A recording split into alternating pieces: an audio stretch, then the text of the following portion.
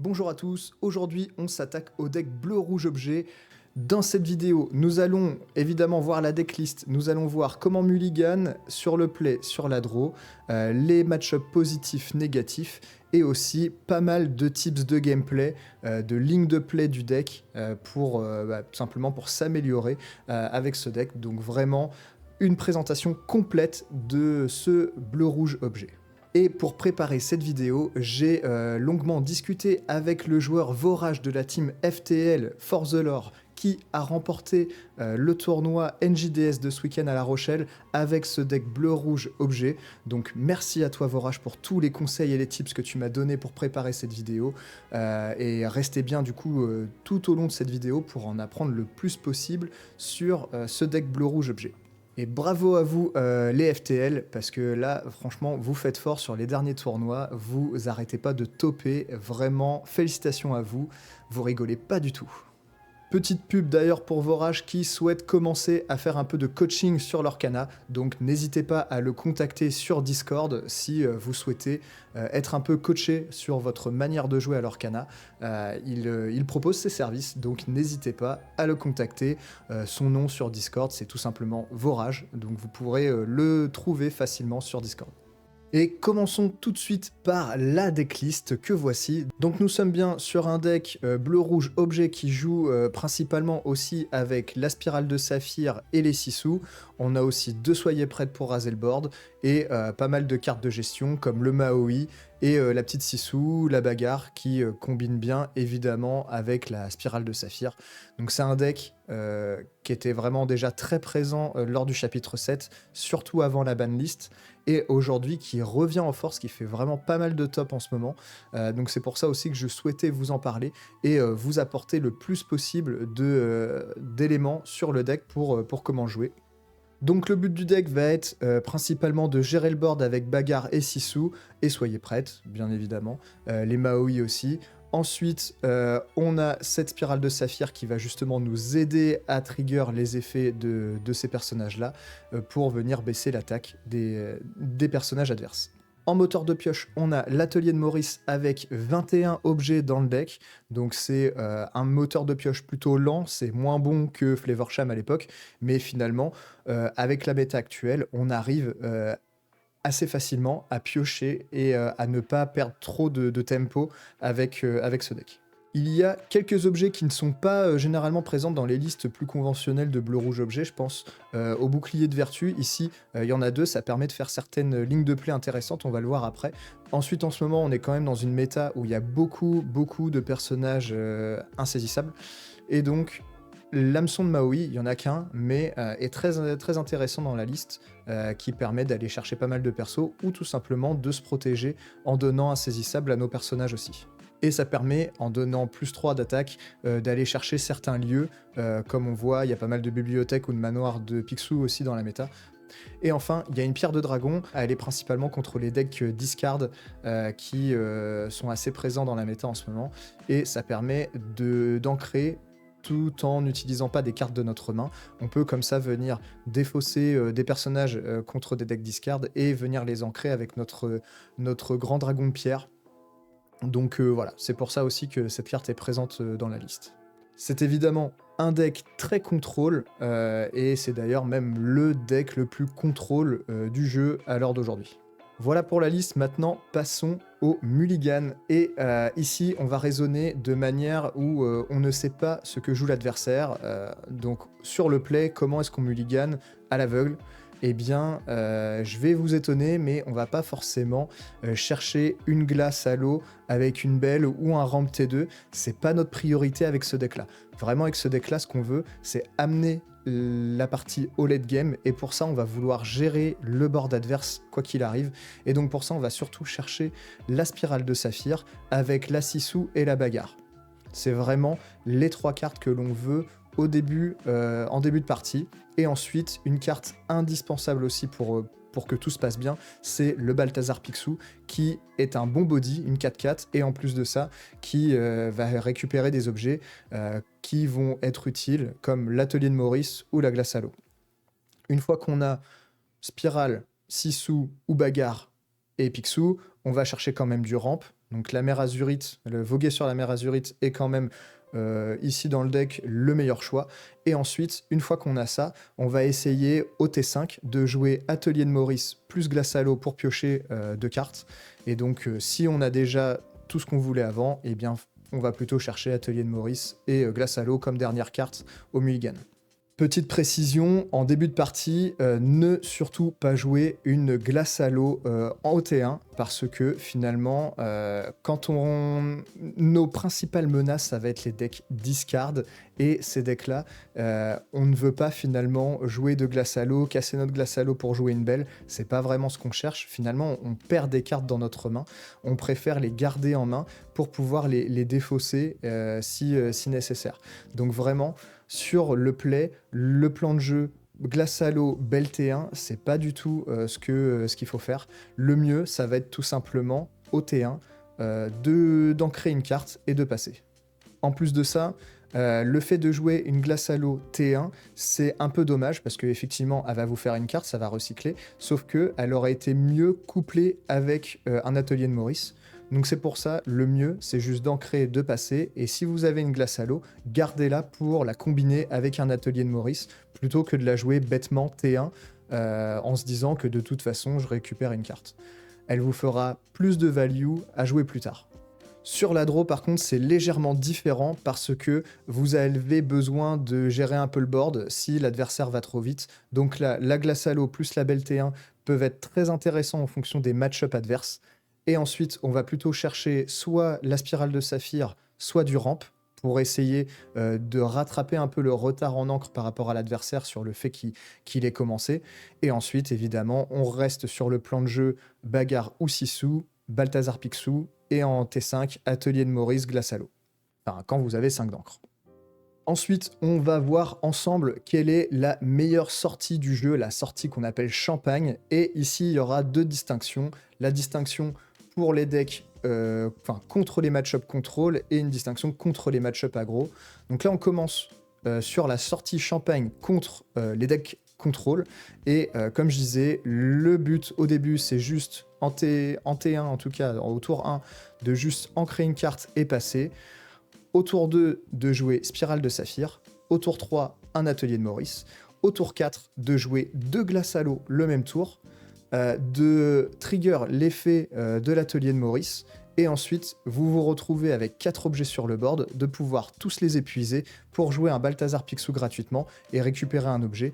Là, c'est vraiment la meilleure sortie contre les decks contrôle. Et là, vous êtes vraiment très très bien et vous avez pioché à mort tout en ayant une spirale, un atelier et un Balthazar Picsou. Contre les decks aggro, c'est un peu différent. Sur le play, finalement, on va essayer de jouer un peu différemment. On va généralement quand même essayer de jouer une glace à l'eau, puisqu'en fait l'atelier de Maurice va être difficile à rentabiliser contre les decks aggro. Donc la glace à l'eau T1 peut être intéressant. Ensuite, en deuxième, on va essayer de ramper pour pouvoir rattraper notre retard en encre, pour jouer rapidement Balthazar Picsou, et ensuite, au tour 4, un Maui. Si on arrive à jouer ces cartes-là sur le play contre de l'aggro, on est quand même plutôt pas mal pour tenir le board et amener la partie au late game.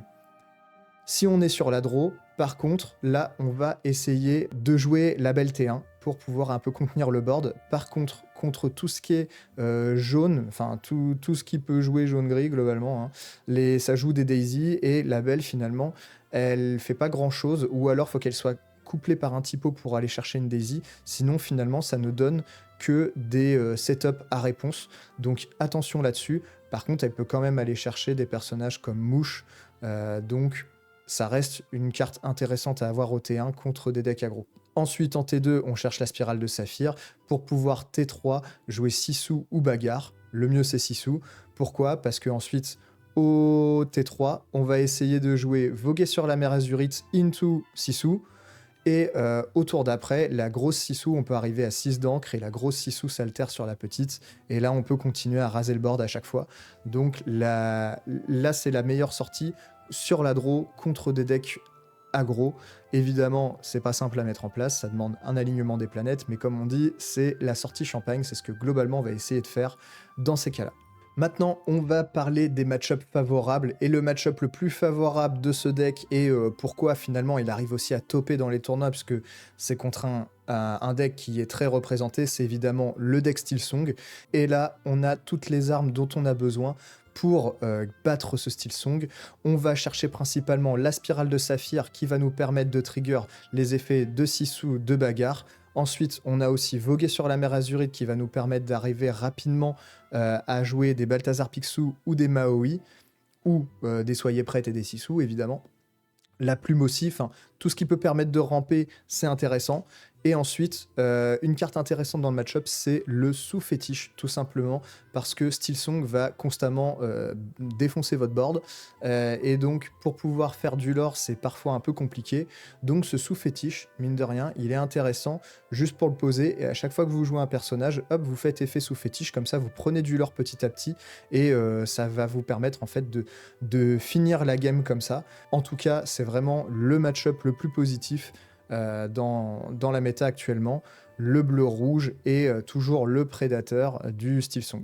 Ensuite, les deux autres match-ups positifs que j'ai mis, c'est le violet-bleu, donc le blurple, et le violet-rouge. Pourquoi? Parce que ce sont globalement des decks contrôle, sauf que le bleu-rouge est encore plus contrôle. C'est un deck qui contrôle le plus que les autres. Et donc dans ces cas-là, on est très bien parti pour gagner. Principalement, la carte maîtresse, c'est l'atelier de Maurice. C'est ce qui va vous faire du card advantage par rapport à votre adversaire. C'est cette carte-là qui va vous apporter la plus de value. Et ensuite, ces deux decks finalement n'auront pas d'autre choix que de partir sur des plans de jeu aggro. Et donc c'est pour ça que vos win conditions finalement, ce ne sont pas forcément le sous-fétiche avec le Tamatoa qui gagne du lore en fonction des objets que vous avez sur le board. Ça va plutôt être tout ce qui va gérer le board adverse. Et donc là, on a aussi la spirale de saphir, la bagarre, les Sisu, les Soyez Prêtes. C'est les cartes qui vont vous faire gagner. Parce que, comme je disais, ils vont partir sur un plan de jeu aggro. Et s'ils ne le font pas, s'ils ne respectent pas votre deck contrôle, et bien finalement, vous allez obligatoirement gagner grâce à Sous-Fétiche ou à Tamatoa qui pourra gagner énormément d'éclats de l'or puisque vous allez avoir une chier d'objets sur le board. Donc ça, c'est vraiment très fort. Passons maintenant aux match-up dits défavorables, ou du moins qui sont un peu plus difficiles à gérer et sur lesquels il faut avoir une stratégie précise pour pouvoir l'emporter, en particulier les decks discard. Donc ici j'ai mis le violet-vert, mais il y a aussi le vert-gris, et là pour s'en sortir finalement il va falloir économiser nos cartes en main pour ne pas être discard et jouer au top deck. Il va falloir du coup dans un premier temps au T1 juste ancrer et passer. Même si vous avez une glace à l'eau, gardez-la puisqu'elle pourra être utile avec un atelier de Maurice ou tout simplement à discard, puisqu'on peut aussi les récupérer avec le Tamatoa. Donc si on en a dans la discard, eh bien c'est pas grave, justement ça va nous permettre de les récupérer.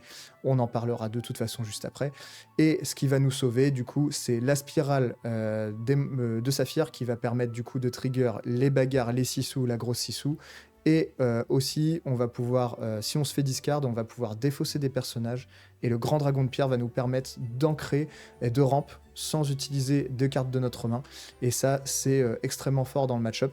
Ici, comme je disais, le Tamatoa, très intéressant pour récupérer des glaces à l'eau de notre discard, ne pas les jouer, les garder en main pour pouvoir les discard et garder plutôt nos cartes les plus importantes en main, comme Soyez Prêtes ou Sisu.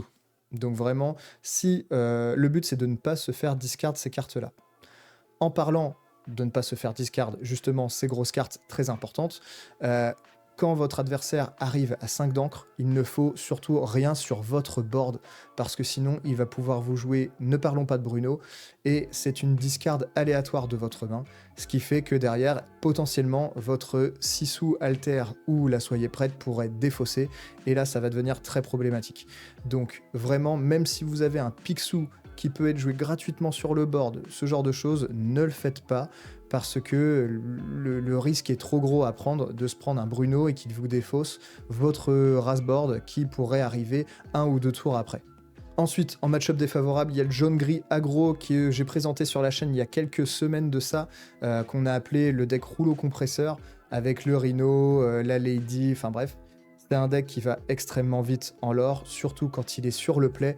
Donc dans ces cas-là, il y a pas grand-chose à faire, surtout s'il a sa sortie parfaite, mais la belle T1 peut être intéressante.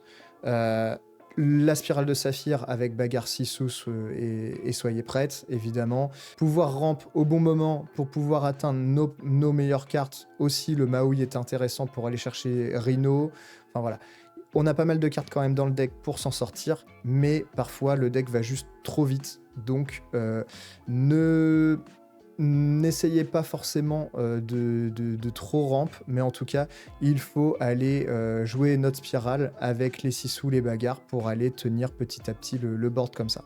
Et amener finalement la partie au late game. L'atelier de Maurice, clairement, là vous n'avez pas le temps, c'est pas une carte à jouer dans ce match-up là. Et le violet-gris aggro, globalement, c'est à peu près la même chose, sauf que là, la belle T1 est encore plus intéressante contre le violet-gris, puisqu'il a énormément de personnages avec 3 de vie, et cette belle, elle va venir vraiment embêter le violet-gris. Par contre, après, ça va être le même match-up, ça va être de trouver spirale pour pouvoir jouer bagarre et Sissou, et ensuite voguer sur la mer Azurite pour atteindre des cartes comme Sissou, soyez prête. Voilà, globalement, c'est ça la stratégie contre ces decks-là. Ensuite, c'est pas présent, mais il y a le Chernabog. Ça va être globalement la même chose. C'est un match-up qui est plutôt difficile parce qu'il va prendre du lore en début de game et ensuite il va jouer son clochard qui pioche des fosses pour mettre des personnages dans la défausse, jouer son Chernabog et là il va partir en 2 temps à l'aventure et terminer la game. Donc c'est très compliqué dans ces cas-là. Vraiment, le mieux c'est de ramper un maximum pour pouvoir toucher Soyez prête ou Sissou. C'est globalement le seul moyen de gagner, je pense, contre Chernabog, si en tout cas il a la sortie qui lui va bien. Parlons maintenant de tips de gameplay du deck. Donc là, c'est vraiment finalement des lignes de play à favoriser, à savoir quand on joue pour jouer au mieux le deck. Et là, première chose dans ce deck-là, qu'on a pas mal évoqué, c'est au T1, pas forcément jouer une glace à l'eau ou jouer une belle T1 si on a une glace à l'eau plus belle. Juste, si vous ne savez pas forcément ce que joue l'adversaire non plus, au T1, vous ancrez, vous passez, ça va vous garder des solutions en main. Vos glaces à l'eau vont permettre de trigger plus tard un atelier de Maurice. Et en plus de ça, s'il y a du discard en face, eh bien vous avez des cartes en main pour éviter de se faire discard finalement des soyez prêtes ou des 6 sous. Donc au T1, juste ancrer et passer, ne jouez pas de cartes. Deuxième tips par rapport à cette liste-là, des fois il arrive que, c'est un petit tips quoi, le Tamatoa peut récupérer de la discard une sphère de vitalité et un bouclier de vertu. Vous les jouez aussitôt. Et là, votre Tamatoa a directement charge et peut se redresser pour aller taper une deuxième fois ou tout simplement se protéger. Ça permet, avec une seule carte, de faire des trades sur le board. Faut pas forcément aller chercher des glaces à l'eau parfois bêtement. S'il y a du board en face, ce Tamatoa, avec ses objets dans la défausse, peuvent faire pas mal de différence quand même. Troisième tips, ça va être si vous avez besoin de récupérer la tempo au bout d'un moment sur le board. N'oubliez pas que le Tamatoa et la Sissou peuvent chanter Soyez prête. Et derrière, du coup, comme vous n'avez pas utilisé d'encre pour jouer Soyez prête, vous pouvez jouer de votre côté Tamatoa, n'importe lequel des deux, ou alors aussi, si vous jouez le Tamatoa, vous récupérez des objets, vous les jouez, et potentiellement, vous pouvez jouer gratuitement un Balthazar Picsou et une belle. Et là, vous vous retrouvez déjà avec un board très important suite à un Soyez prête qui a été joué du coup gratuitement en chantant avec un de nos personnages. Donc c'est un excellent moyen aussi de se prémunir de se prendre 2 manoirs de Picsou ou 2 bibliothèques ou 2 châteaux de la reine après avoir joué un Soyez prête. Donc souvent, la meilleure solution, c'est pas forcément de partir à l'aventure, de prendre nos 3 de l'or avec Sissou et de jouer Soyez prête et de ne rien jouer derrière. Ça va être plutôt de chanter avec nos personnages, la Soyez prête, pour proposer aussitôt du board ensuite. Quatrième tips du deck, on a pas mal d'objets qui donnent des boosts à nos personnages et en particulier à notre Balthazar Picsou qui peut devenir vraiment très très fort quasiment invincible, parce que bah, déjà premièrement la spirale de saphir va faire baisser le niveau d'attaque des personnages adverses. Ensuite, la glace à l'eau peut soigner notre Balthazar Picsou, l'hameçon de Maui peut donner insaisissable ou de l'attaque à notre Picsou, et la sphère de vitalité peut lui donner charge. Et le bouclier de vertu peut le permettre de redresser, retaper ou juste le protéger. Bref, tout ça pour dire que sur le Balthazar Picsou, c'est vraiment très très fort. On a vraiment beaucoup d'objets très intéressants pour pouvoir le rendre extrêmement fort et le protéger. Ça peut paraître simple et évident, mais quand on joue, quand on a nos cartes en main dans la défausse ou sur le board, faut pas oublier toutes ces possibilités-là pour gérer et le board adverse. Donc vraiment utiliser les pouvoirs de vos objets, et en particulier sur ce Balthazar Picsou, ça aide énormément. Encore des tips supplémentaires contre le violet-gris. Violet-gris, un deck qui est du coup assez problématique pour notre bleu-rouge. Si on a une spirale de saphir sur le board et que l'adversaire a un Monsieur Mouche épuisé, et que vous avez un typo, n'hésitez pas à faire le trade avec le typo en donnant -2 d'attaque à ce Monsieur Mouche.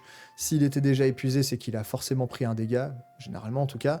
Le typo va lui mettre ce deuxième dégât, et ensuite Monsieur Mouche, du coup, avec ces 2 dégâts, il va soit partir à l'aventure après et être banni en fin de tour, ou alors il va le laisser redresser, en tout cas contre un violet-gris. Contre un jaune-gris, c'est pas forcément la meilleure chose à faire, parce que évidemment, il peut y avoir un setup à réponse. C'est un petit tips, n'oubliez pas que spirale de saphir plus typo contre un mouche, ça peut être très intéressant. On continue sur les tips, et là, on va parler d'une situation qui peut se passer en miroir de bleu-rouge et contre les Steelsong qui aujourd'hui jouent évidemment Rêve Bleu, mais commencent aussi à jouer Beyond the Horizon, en plus des Rêves Bleus, ce qui fait que vous allez piocher énormément de cartes de votre deck et aller potentiellement jusqu'au deck out. Donc attention à ça. Et là, le Balthazar Picsou est très intéressant, et il est très important quand on le joue, de se souvenir des cartes et de l'ordre des cartes que l'on met sous la défausse, parce qu'on va potentiellement arriver à un point où on va retrouver ces cartes-là, en particulier si dans votre liste vous jouez aussi des visions de l'avenir. Mais ici, on parle que du Balthazar parce qu'il n'y a pas vision dans le deck. Mais vraiment, c'est très très important de se souvenir de l'ordre des cartes que vous avez mis sous la défausse, parce que contre ces match-ups-là, on arrive globalement au deck out, et ça va vous permettre d'anticiper les prochains tours et de vous donner vraiment une win condition sur ce que vous allez devoir faire sur ces derniers tours cruciaux. Par contre, j'avoue, moi personnellement, je pense que j'aurais énormément de mal à le faire. C'est un peu compliqué quand on joue 2-3 Balthazar Picsou dans le deck, dans la partie, de se rappeler exactement de l'ordre des cartes qu'on a sous le deck, et du coup, quelle va être la prochaine, quoi. J'avoue, c'est pas simple, mais du coup, les joueurs les plus compétitifs, eux, essaient de mémoriser ces éléments-là. On continue sur le Balthazar Picsou. Quand il vous reste 8 cartes ou moins dans le deck, et que vous avez besoin d'une gestion et qu'il ne vous en reste que 1 ou 2 dans le deck, il est parfois préférable de ne pas jouer ce Balthazar Picsou, parce que sinon vous allez le jouer et vous avez un pourcentage de chance assez élevé de devoir remettre cette gestion sous le deck, et du coup de finalement la retarder et la laisser passer alors qu'elle vous aurait été très utile. Donc attention à ça quand vous arrivez en fin de partie et que vous avez besoin d'une gestion. Le Balthazar Picsou est pas forcément une bonne alternative, ou du moins une bonne carte à jouer à ce moment-là. Autre carte qu'on n'a pas forcément parlé depuis le début, c'est la plume en forme d'arête, qui, en plus de l'atelier de Maurice, sont des cartes extrêmement fortes qui vont vous permettre d'arriver très rapidement à 17 d'encre pour pouvoir jouer Tamatoa sous fétiche. Donc c'est aussi un tips pour le deck. d'avoir ces deux cartes sur le board. Quand elles sont sur le board, vous allez piocher énormément et comme vous avez pas mal de cartes en main, la plume en forme d'arête va vous permettre de ramp au maximum pour faire ce combo Tamatoa sous fétiche. Arrivé à 17 d'encre, vous pouvez finalement OTK quasiment l'adversaire avec ce combo pour pouvoir jouer les deux en même temps et plus effet sous fétiche. Voilà. Globalement, c'est ça le tips. Et dernier tips du deck, parfois il y a certaines listes qui jouent la reine. Alors là, c'est pas le cas, mais je voulais quand même vous en parler. La reine qui dit qu'elle peut s'épuiser pour regarder les 4 premières cartes de la pioche. On peut révéler un objet de la main. Si il coûte 3 ou moins, on peut le jouer gratuitement et il rentre en jeu épuisé. Ou sinon, on peut le prendre en main. On remet le reste des cartes sous notre pioche dans l'ordre de notre choix. Et donc là, le tips, c'est avec le bouclier de vertu. Comme il coûte 3 en moins, on peut le jouer gratuitement et épuiser, mais c'est pas forcément la meilleure chose à faire.